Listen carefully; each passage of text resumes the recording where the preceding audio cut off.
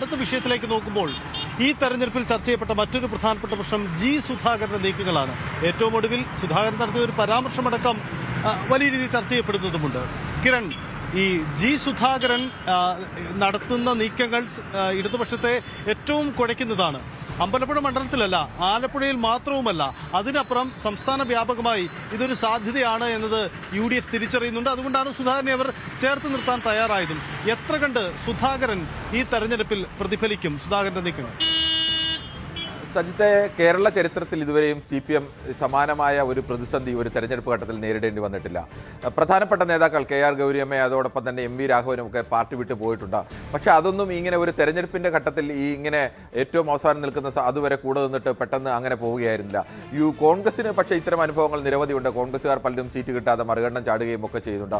ഇത് പ്രധാനപ്പെട്ട ജി സുധാകരൻ മാത്രമല്ല, അവിടെ കണ്ണൂരിൽ നിന്ന് ജില്ലാ സെക്രട്ടേറിയറ്റ് അംഗവും അതോടൊപ്പം ജില്ലാ കമ്മിറ്റി അംഗവും രണ്ടുപേരും പാർട്ടി വിട്ട് പുറത്തു പോകുന്നു. അവർ രണ്ടുപേരും UDFന്റെ സ്ഥാനാർത്ഥികളായി മത്സരിക്കുന്നു. ഇതിലൊക്കെ ഏറ്റവും പ്രധാനം ജി സുധാകരനെ സംബന്ധിച്ചിടത്തോളം ജി സുധാകരൻ അഴിമതി രഹിത പ്രതിച്ഛായ, അത് കേരളത്തിൽ മറ്റ് ഇതര നേതാക്കൾക്ക്, ബഹുഭൂരിപക്ഷം നേതാക്കൾക്കും അവകാശപ്പെടാൻ കഴിയാത്ത രീതിയിൽ ശക്തമായ ഒരു അഴിമതി വിരുദ്ധനാണ്, അല്ലെങ്കിൽ ആ തരത്തിൽ പ്രവർത്തിക്കുന്ന ഒരാളാണ് എന്നൊരു പ്രതിച്ഛായ ജി സുധാകരൻ നേരത്തെ തന്നെയുണ്ട്.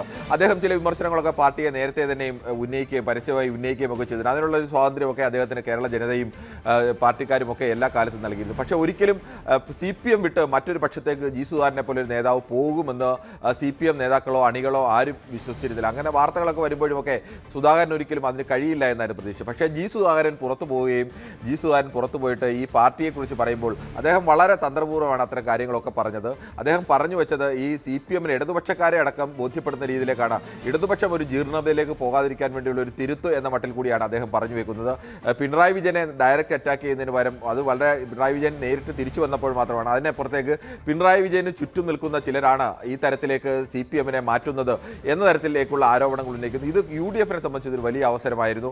ജി സുധാകരനെ പോലെ പ്രതിച്ഛായുള്ള ഒരു നേതാവിനെ സ്വന്തം പക്ഷത്തേക്ക് കിട്ടുക. അത് അമ്പലപ്പുഴയിൽ ഇനി വിജയിച്ചാലും വിജയിച്ചില്ലെങ്കിലും കേരളത്തിലെ എല്ലാ മണ്ഡലങ്ങളിലും അങ്ങനെ ജി സുധാകരനെ പോലെയുള്ള ആളുകളൊക്കെ പുറത്തു പറയുന്ന കാര്യങ്ങളെ അനുകൂലിക്കുന്ന ഇടതുപക്ഷ മനോഭാവമുള്ള കുറേയേറെ ആളുകളുണ്ട്. ആ മനോഭാവമുള്ള വോട്ടിൽ UDF പക്ഷത്തേക്ക് വരാൻ അത് സ്വാഭാവികമായും സഹായിക്കും. അതുകൊണ്ട് തന്നെയാണ് ജി സുധാകരന് അവിടെ പിന്തുണ നൽകാനും അദ്ദേഹത്തിനെ UDFന്റെ സ്ഥാനാർത്ഥി സ്വതന്ത്രനായി നിൽക്കുമ്പോൾ UDF പിന്തുണ നൽകുകയാണ്. പക്ഷേ UDFന്റെ സ്ഥാനാർത്ഥി എന്ന് വേണമെങ്കിൽ പറയാം. ആ മട്ടിലേക്കുള്ള പ്രചരണം ഏറ്റെടുക്കാനും അദ്ദേഹത്തിൻ്റെ പ്രചരണം പൂർണ്ണമായും UDF തന്നെയാണ്, കോൺഗ്രസ്സുകാർ തന്നെയാണ് നടത്തുന്നത്. അങ്ങനെയൊക്കെ ഏറ്റെടുത്തത് അത് അമ്പലപ്പുഴ എന്ന് പറയുന്ന ഒരു മണ്ഡലത്തെ മാത്രം ലക്ഷ്യമിട്ടല്ല, ഇത് കേരളത്തിൽ ആകെയുള്ള മണ്ഡലങ്ങളിലാണ്. ചിലപ്പോൾ അമ്പലപ്പുഴയിൽ CPMന് ഇതിനെ പ്രതിരോധിക്കാനും അല്ലെങ്കിൽ പാർട്ടിയെ ഇത്രയും കാലം ഈ പാർട്ടിക്ക് വേണ്ടുന്ന ഒരാൾ അവസാന നിമിഷം വഞ്ചിച്ചു പോയി അത് അധികാരമോഹത്തിന് വേണ്ടിയാണ് എന്ന് പറഞ്ഞ് ചിലപ്പോൾ പ്രതിരോധിക്കാൻ കഴിഞ്ഞേക്കും. പക്ഷേ ഇത് മറ്റ് 139 മണ്ഡലങ്ങളിലും ഏറെയും കുറഞ്ഞുമൊക്കെ, ചിലപ്പോൾ ചിലയിടത്ത് വളരെ കുറവായിരിക്കും, പക്ഷേ ഏറെയും കുറഞ്ഞുമൊക്കെ ഒരു ചെറു ന്യൂനപക്ഷത്തെങ്കിലും ഈ വിഷയം സ്വാധീനിക്കും.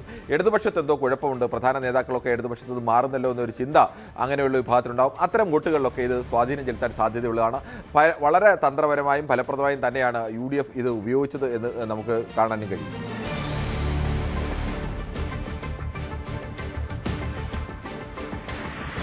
അതാണ് സാഹചര്യം. എന്തായാലും ജി സുധാകരൻ ഒരു സാധ്യതയാണ്. ആ സാധ്യതയെ പരമാവധി പ്രയോജനപ്പെടുത്താൻ തന്നെയാണ് UDF ക്യാമ്പ് ശ്രമിച്ചതും ഇപ്പോൾ നടത്തിക്കൊണ്ടിരിക്കുന്നതും. ഒടുവിൽ സുധാകരൻ ഇനിയും ചില കാര്യങ്ങൾ തുറന്നു പറയും. ആ തുറന്നു പറച്ചിൽ തന്നെയാവാം CPMന്റെ പ്രതീക്ഷയും. കൂടുതൽ വാർത്തകൾക്ക് News 18 Keralam YouTube channel subscribe ചെയ്യുക.